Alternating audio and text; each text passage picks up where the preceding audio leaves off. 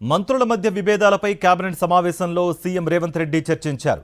Rizvi VRS అంశంపైన చర్చ జరిగింది. Media ముందు అనవసర అంశాలు మాట్లాడడంపై కేబినెట్ సమావేశంలో సీఎం రేవంత్ అసహనం వ్యక్తం చేశారు. మద్యం హోలోగ్రామ్స్, రిజ్వీ రాజీనామా విషయంలో విపక్షాలు తన కుటుంబ సభ్యులను లాగుతున్నారని సీఎం ఆవేదన వ్యక్తం చేశారు. తన కుటుంబ సభ్యులకు ఎలాంటి సంబంధం లేదన్నారాయన. విపక్షాల విమర్శలను గట్టిగా తిప్పికొట్టాలని సీఎం ఆదేశించారు. మంత్రిగా తన డ్యూటీ తాను చేస్తున్నానని జూపల్లి కృష్ణారావు స్పష్టం చేశారు. ఎక్సైజ్ శాఖలో జరుగుతున్న పనులకు రిజ్వీ అడ్డుపడుతున్నారని తెలిపారు. 6 ఏళ్ల క్రితం ముగిసిన కాంట్రాక్ట్కు ఇంకా నామినేషన్ పద్ధతిలో కాంట్రాక్ట్ ఎలా ఇస్తారని ప్రశ్నించారు. శాఖాపరమైన అంశాలను లేవనెత్తితే బీఆర్ఎస్ తప్పుడు ఆరోపణలు చేస్తుందని మండిపడ్డారు. జూబ్లీహిల్స్ ఉప ఎన్నికల్లో లబ్ధి పొందాలని కేటీఆర్ బురద జల్లుతున్నారని ఆగ్రహం వ్యక్తం చేశారు. రిజ్వీ వీఆర్ఎస్కు తనకు ఎలాంటి సంబంధం లేదంటున్న మంత్రి జూపల్లితో మా ప్రతినిధి రాకేష్ రెడ్డి మరింత సమాచారం అందిస్తారు. బీఆర్ఎస్ తీసుకోవడానికి మీరే కారణమైన బయట ఒక చర్చ జరుగుతుందని చెప్తారు. రిజ్వీ అంతకుముందే అప్లికేషన్ పెట్టుకున్నాడట. అతనికి ప్రైవేట్లో ఏఏజీ హాస్పిటల్లో more than 10 lakhs salary offer ఒకటి, రెండవది బయట ఢిల్లీలో కూడా 2 పోస్టులు ఆయనకి ఆఫర్ వచ్చినాయి. సో దానికోసం పెట్టుకున్నాడు. నేను ఇచ్చింది డిపార్ట్మెంట్లో సంవత్సరార్థ కాలమైన ప్రధానమైన అంశాల పట్ల నిర్ణయాలు తీసుకోక పెండింగ్ పెట్టడం వల్ల ప్రభుత్వానికి ఖజానాకు నష్టం జరుగుతూ ఉంది. ఉద్యోగాలు ఫ్యాక్టరీస్ రావడం వల్ల ఉద్యోగాలు వస్తే అవన్నీ ఇటువంటి పెండింగ్ పెట్టడం వల్ల సో దానిపైన నేను యాక్షన్ తీసుకోమని చట్టబద్ధంగా ప్రభుత్వ విధుల్ని అడ్డుకుంటా ఉన్నాడు.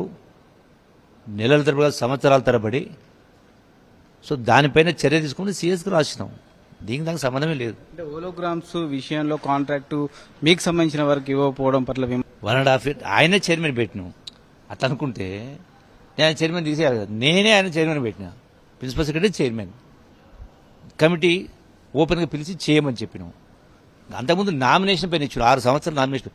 గత టీఆర్ఎస్ ప్రభుత్వమే వరుసగా 5-6 సంవత్సరాల నామినేషన్ పైన 40 కోట్లు టెండర్ ఇస్తారు ఎవడన్నా.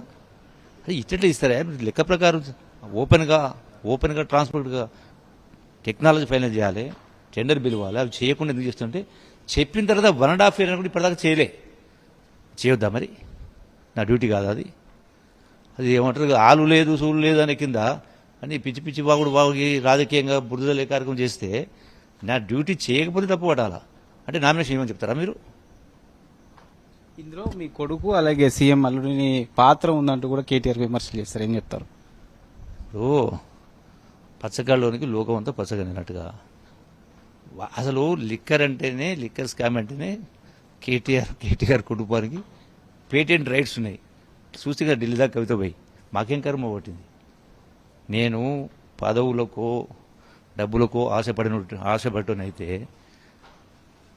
కంబైన్డ్ స్టేట్లోనే 300 సంవత్సరాల మంత్రి పదవులు పెట్టినాం. పిల్లలు తెలంగాణ యువత ప్రాణత్యాగాలు చేసుకుంటూ ఉంటే ఆత్మహత్య చేసుకుంటూ ఉంటే మీరు చేసుకోవద్దు, మేము ముందు ఉంటామని. కానీ మీ మధ్య సీఎం కుటుంబం మధ్య ఆధిపత్య పోరులో ఐఏఎస్లు బలవుతున్నారు అనేది ఆయన తీవ్రమైన ఆరోపణగా చేశారు. ఏమంటది, జూబ్లీ సెలక్షన్ వస్తున్నాయి కాబట్టి బురదలాల దాంతో ఏమంటారు లబ్ధి పొందాలన్నటువంటి దాంతో మాట్లాడే మాటలు వాటికి వాల్యూ ఉంటుందా? ఇది మొత్తంగా సంబంధించి ఏదైతే రిజ్వీ అంశం ఉందో ఈ అంశం పైన జూపల్లి కృష్ణారావు మంత్రి క్లారిటీ ఇచ్చారు. తన అవసరాల నిమిత్తం వీఆర్ఎస్ పెట్టుకున్నారని తనకు సంబంధం లేదని చెప్తూనే ముఖ్యంగా హోలోగ్రామ్స్ సంబంధించి ఏవైతే ఉందో ఆ కాంట్రాక్ట్ విషయంలో కొంత చర్చ అయితే జరిగింది. అయితే దాని విషయంలో మాత్రమే నేను సీఎస్కు లేఖ రాశాను, సంబంధించి రిజ్వీ వీఆర్ఎస్ విషయంలో తనకు సంబంధం లేదంటూ కూడా మంత్రి క్లారిటీ ఇస్తున్నారు. కెమెరా పర్సన్ విశాల్తో రాకేష్ రెడ్డి, సాక్షి న్యూస్, హైదరాబాద్.